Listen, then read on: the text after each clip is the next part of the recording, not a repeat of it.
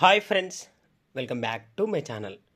ఈరోజు మనం ఇండియన్ పాలిటీలో కొన్ని ప్రాక్టీస్ బిట్స్ చూద్దాం. పీఠిక సవరణాయోగ్యత చూడండి. మొదటి ప్రశ్నగా పీఠిక సవరణాయోగ్యత గురించి తొలిసారి ఏ కేసులో గుర్తించబడింది? చూడండి, పీఠిక సవరణ గురించి తొలిసారి ఏ కేసులో గుర్తించబడింది అని అన్నాడు. ఇక్కడ కేశవానంద భారతి కేసా, మినర్వా మిల్స్ కేసా, ఎల్ఐసి ఆఫ్ ఇండియా కేసా, గోలక్నాథ్ కేసా? ఏ కేసులో పీఠిక సవరణ యోగ్యత గురించి ప్రస్తావించబడింది? Answer Kesavananda Bharati case. పీఠికను ఇప్పటి వరకు ఎన్నిసార్లు సవరించారు? చూడండి, భారత రాజ్యాంగ పీఠికను ఇప్పటి వరకు ఎన్నిసార్లు సవరించారు అనేది ఈ ప్రశ్న. ఇక్కడ ఆన్సర్ చూస్తే ఒకసారి మాత్రమే సవరించారు. నెక్స్ట్, కింది వాటిలో భారత రాజ్యాంగానికి చేసిన సవరణలో అతి పెద్దది ఏది? చూడండి, కింది వాటిలో ఇక్కడ ఇవ్వబడిన వాటిలో భారత రాజ్యాంగానికి చేసిన సవరణలలో అతి పెద్దది 7వ సవరణ, 42వ, 44, 73, 74 ఏవి అన్నాడు. ఆన్సర్ పైవన్నీ కూడా అతి పెద్దవి. ప్లీజ్ ఫ్రెండ్స్, ఈ ఛానల్ మీకు యూస్ఫుల్గా ఉందని నేను భావిస్తున్నా. Please like, share and subscribe. Next question, mini రాజ్యాంగం అని చూడండి. మినీ రాజ్యాంగం అని ఏ సవరణను పేర్కొంటారు? మినీ రాజ్యాంగం అని ఏ సవరణను పేర్కొంటారు? 42వ, 44వ, 73వ, 74వ ఏ సవరణను మినీ రాజ్యాంగం అంటారు? ఆన్సర్ 42వ రాజ్యాంగ సవరణ. నెక్స్ట్, పార్లమెంట్ రాజ్యాంగ స్వరూపాన్ని సవరించలేదని సుప్రీంకోర్టు ఏ సవరణలో పేర్కొంది? చూడండి, ఇక్కడ పార్లమెంట్ రాజ్యాంగ స్వరూపాన్ని సవరించలేదని సుప్రీంకోర్టు ఏ కేసుల సందర్భంగా పేర్కొంది? ఏ కేసు సందర్భంగా? కేశవానంద భారతి కేసా, గోలక్నాథ్ కేసా, మినర్వా మిల్స్ కేసా, ఎస్ఆర్ బొమ్మాయి కేసా? ఏ కేసు సందర్భంగా పేర్కొంది? Answer Kesavananda Bharati case. Next, భారత రాజ్యాంగంలో ప్రపంచంలో అతిపెద్ద రాజ్యాంగం అవడానికి కారణం కానిది? చూడండి, భారత రాజ్యాంగం ప్రపంచంలో అతిపెద్ద రాజ్యాంగం కావడానికి కారణం కానిది అడిగాడు. ఇక్కడ చూడండి, కానిది తెలుపండి అన్నాడు. దేశ విస్తృత భూభాగమా, 1935 భారత ప్రభుత్వ చట్ట ప్రభావమా, కేంద్ర రాష్ట్రాలకు వేరువేరు రాజ్యాంగాలు ఉండటమా, రాజ్యాంగ పరిషత్తులో న్యాయవాదుల ఆధిక్యత ఉండటమా? ఏది రాజ్యాంగం అవడానికి, అతిపెద్ద రాజ్యాంగం అవడానికి కారణం కాదు? ఆన్సర్ కేంద్ర రాష్ట్రాలకు వేరువేరు రాజ్యాంగాలు ఉండటం. నెక్స్ట్ క్వశ్చన్, భారత రాజ్యాంగ సవరణకు ఆధారమైన ఆర్టికల్ ఏది? చూడండి, భారత రాజ్యాంగ సవరణకు ఆధారమైన ఆర్టికల్ని అడిగాడు. ఇక్కడ ఆర్టికల్ ఏది? Answer article 368. నెక్స్ట్, కింది వాటిలో ఏ అంశాన్ని రాష్ట్రాల భాగస్వామ్యంతో పార్లమెంటు సవరిస్తుంది? చూడండి, ఏ అంశాన్ని రాష్ట్రాల భాగస్వామ్యంతో పార్లమెంటు సవరిస్తుంది? 7వ షెడ్యూల్, రాష్ట్రాల పునర్వ్యవస్థీకరణ, ప్రాథమిక హక్కుల 4వ భాగమా? ఏ అంశాన్ని రాష్ట్రాల భాగస్వామ్యంతో పార్లమెంట్ సవరిస్తుంది అన్నాడు? ఆన్సర్ 7వ షెడ్యూల్. నెక్స్ట్, ఇక్కడ జతపరచమన్నాడు. చూడండి, ఇక్కడ జతపరచమన్నాడు. భారత రాజ్యాంగాన్ని ఎలా వర్ణించారు అన్నాడు. చూడండి, ఇక్కడ భారత సమాఖ్య వర్ణన, ఆ వర్ణనని ఎవరు చేశారు? ఇక్కడ ఈ వైపు ఏమన్నారన్నాడు, ఈ వైపు ఎవరు ఏం చేశారన్నారు. చూడండి, స్వరూప్యంలో సమాఖ్యత్వంలో ఏకకేంద్రం, భారత్ ఒక బేరమాడు సమాఖ్య, సహకార సమాఖ్య, కేంద్రీకృత ధోరణులు గల సమాఖ్య. అలా అన్నవారిని ఇచ్చాడు. చూడండి, కేసీవేర్, మోరిస్ జోన్స్,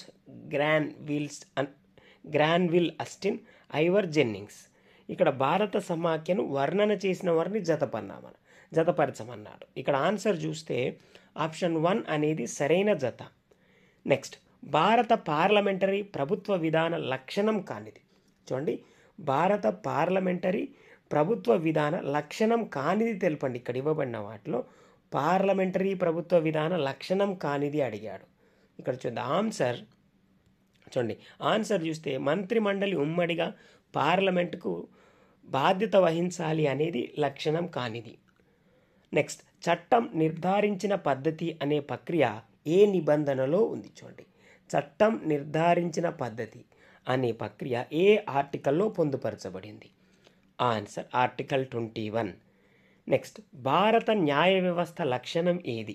చూడండి, భారత న్యాయ వ్యవస్థ లక్షణం ఏది తెలపండి. చూడండి, ఏకీకృత న్యాయ వ్యవస్థన, స్వతంత్ర న్యాయ వ్యవస్థన, పార్లమెంట్ సార్వభౌమాధికారంతో కూడిన న్యాయ సమీక్షాధికారమా, పైవన్నా? ఇక్కడ ఆన్సర్ చూస్తే పైవన్నీ. ప్లీజ్ ఫ్రెండ్స్, ఈ ఛానల్ మీకు యూస్ఫుల్గా ఉందని నేను భావిస్తున్నా. Please like, share and subscribe. Next, సార్వజనీన వయోజన ఓటు హక్కు వయస్సును ఏ రాజ్యాంగ సవరణ ద్వారా 21 నుంచి, చూడండి 21 నుంచి 18కి తగ్గించారు? ఓటు హక్కును, చూడండి, సార్వజనీన వయోజన ఓటు హక్కును 18 సంవత్సరాలకు ఏ సవరణ ద్వారా తగ్గించారు? ఆన్సర్ 61వ సవరణ ద్వారా. నెక్స్ట్, కింది వాటిలో భారత రాజ్యాంగ లక్షణం ఏది? చూడండి, భారత రాజ్యాంగ లక్షణం తెలపండి. ఏకపౌరసత్వం, స్వతంత్ర రాజ్యాంగ వ్యవస్థలు, అత్యవసర పరిస్థితి, పైవన్నీ. ఇక్కడ భారత రాజ్యాంగ లక్షణం ఏది అన్నాడు? ఆన్సర్ పైవన్నీ. నెక్స్ట్, ఇక్కడ కింది వాటిని జతపరచండి. రాజ్యాంగ ఆధారం, గ్రహించిన అంశాలు. చూడండి, ఈ వైపు ఆధారాలు ఇచ్చాడు, సెక్షన్ ఏ, సెక్షన్ బిలు ఇచ్చి, సెక్షన్ ఏలో రాజ్యాంగ ఆధారం, సెక్షన్ బిలో గ్రహించిన అంశాలు.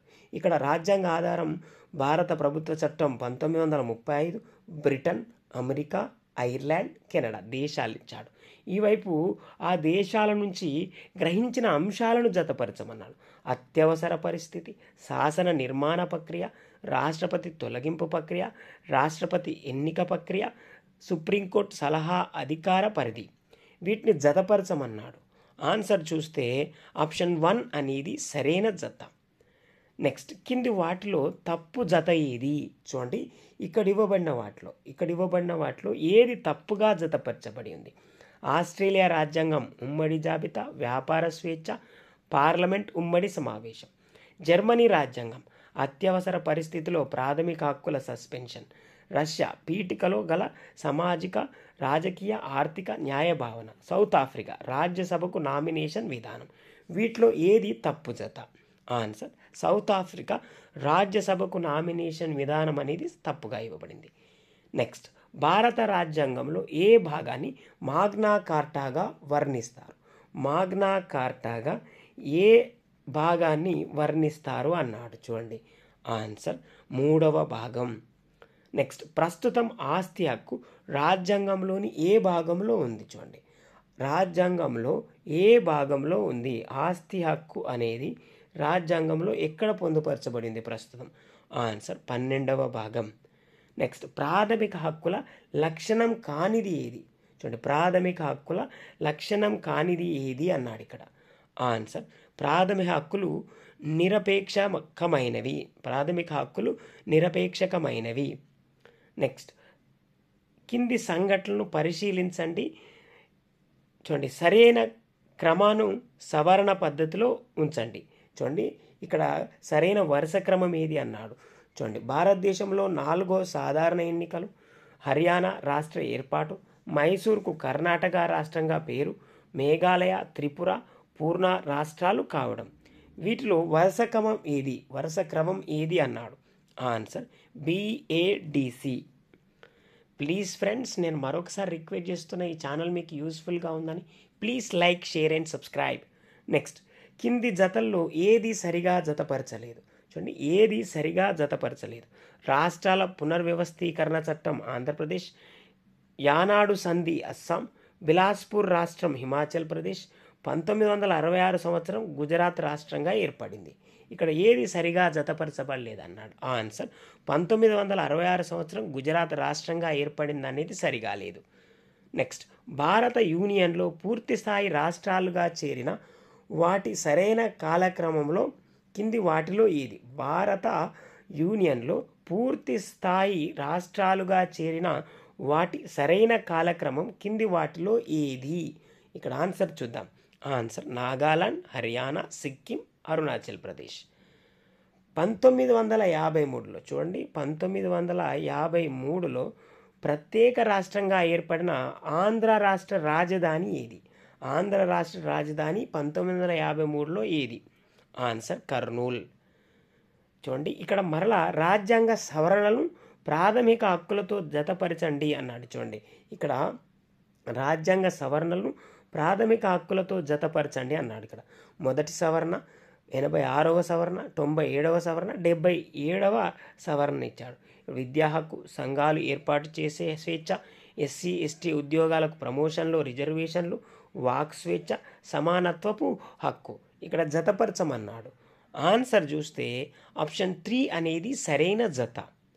నెక్స్ట్, కింద తీర్పుల్లో చూడండి, కింద ఇచ్చిన తీర్పుల్లో ఏది సుప్రీంకోర్టు తీర్పు ద్వారా తలెత్తిన ఇబ్బందులు అధిగమించడానికి 15వ ఆర్టికల్లో 4వ క్లాజ్ను 15వ ఆర్టికల్ 4వ క్లాజ్ను రాజ్యాంగ సవరణ ద్వారా చూడండి రాజ్యాంగ సవరణ ద్వారా చేర్చారు. చూడండి ఇక్కడ కింద ఇచ్చిన తీర్పులో ఏది ఏ తీర్పు ద్వారా అన్నాడు. చూడండి ఆన్సర్ చూస్తే state of Madras versus Champakam Dorai Rajan case. Next, article 19 ప్రకారం చూడండి, ఆర్టికల్ 19 ప్రకారం భారత పౌరులకు ఇచ్చిన వాక్ భావ ప్రకటన స్వేచ్ఛను కింది ఏ కారణంతో నియంత్రించరాదు. ఆన్సర్ దేశద్రోహం. నెక్స్ట్, ఒక వ్యక్తి సమ్మతం లేకుండా చూడండి, ఒక వ్యక్తి సమ్మతం లేకుండా నార్కో అనాలసిస్, సత్యశోధన లాంటి పరీక్షలు రాజ్యాంగంలోని ఏ అధికరణ ప్రకారం ఇచ్చిన ప్రాథమిక హక్కును ఉల్లంఘిస్తాయని సుప్రీంకోర్టు 2010లో తీర్పిచ్చింది. ఆన్సర్ ఇక్కడ చూస్తే 23. ఆన్సర్ ఆర్టికల్ 23వ భాగం. నెక్స్ట్, కింద పేర్కొన్న ఏ తీర్పులో ఒక రాష్ట్రంలో విధించిన రాష్ట్రపతి పాలన పట్ల న్యాయ సమీక్ష చేయవచ్చని చూడండి. ఇక్కడ చూడండి, రాష్ట్రపతి కింద ఇచ్చిన ఏ తీర్పులో ఒక రాష్ట్రంలో విధించిన రాష్ట్రపతి పాలన న్యాయ సమీక్ష చూడండి న్యాయ సమీక్ష చేయవచ్చునని మొదట సుప్రీంకోర్టు పేర్కొన్న కేసు ఏది? Answer S R Bommai versus union of India case 1994. ఇటీవల మణిపూర్ రాష్ట్రంలో 11వసారి రాష్ట్రపతి పాలన విధింపబడిన సంగతి మనందరికీ తెలిసిందే. నెక్స్ట్, కింది వాటిని జతపరచండి. చూడండి ఇక్కడ జతపరచమన్నాడు. List 1, list 2. ఇక్కడ చూడండి, ఈ వైపు కేసులు ఇచ్చాడు, ఈ వైపు అవి ఏం తెలియజేస్తున్నాయి విషయాన్ని ఇచ్చాడు. కేసులు, విషయం. ఇక్కడ A K Gopalan versus state of Madras, Maneka Gandhi versus union of India, S R Bommai versus union of India, Indira Sawhney versus union of India. రిజర్వేషన్లు, వ్యక్తిగత స్వేచ్ఛ, ప్రివెంటివ్ డిటెన్షన్, రాష్ట్రాలలో రాష్ట్రపతి పాలన. ఇక్కడ జతపరచమన్నాడు. చూడండి రచపరచమన్నాడు. ఇక్కడ చూస్తే ఆన్సర్ ఒకసారి చూద్దాం. ఆన్సర్ చూస్తే ఆప్షన్ 4 అనేది సరైన జత. ఆప్షన్ 4 అనేది సరైన జత. నెక్స్ట్, మళ్ళీ జతపరచమన్నాడు. ఇక్కడ చట్టాలు చేసిన సంవత్సరాలు చూడండి, చట్టాలు చేసిన సంవత్సరం. వెట్టి చాకిరీ నిషేధ చట్టాలు, వెట్టి చాకిరీ నిషేధ చట్టం చేసిన సంవత్సరం. ఈ వైపు చూడండి, బాండెడ్ లేబర్ అబాలిషన్ చట్టం, కనీస వేతన చట్టం, కాంట్రాక్ట్ లేబర్ చట్టం, సమాన వేతన చట్టం. ఈ వైపు చట్టం చేసిన సంవత్సరాలు ఇచ్చి జతపరచమన్నాడు. ఒకసారి చూద్దాం ఆన్సర్ చూస్తే ఆప్షన్ 1 అనేది సరైన జత. ఇవి ఫ్రెండ్స్ ఇండియన్ పాలిటీలో భాగంగా కొన్ని ప్రాక్టీస్ బిట్స్ మీకు యూస్ఫుల్గా ఉన్నాయని నేను భావిస్తున్నా ఫ్రెండ్స్. ప్లీజ్ ఫ్రెండ్స్ లైక్ చేయండి, షేర్ చేయండి, అలాగే మీ ఫ్రెండ్స్కి పరిచయం చేయండి.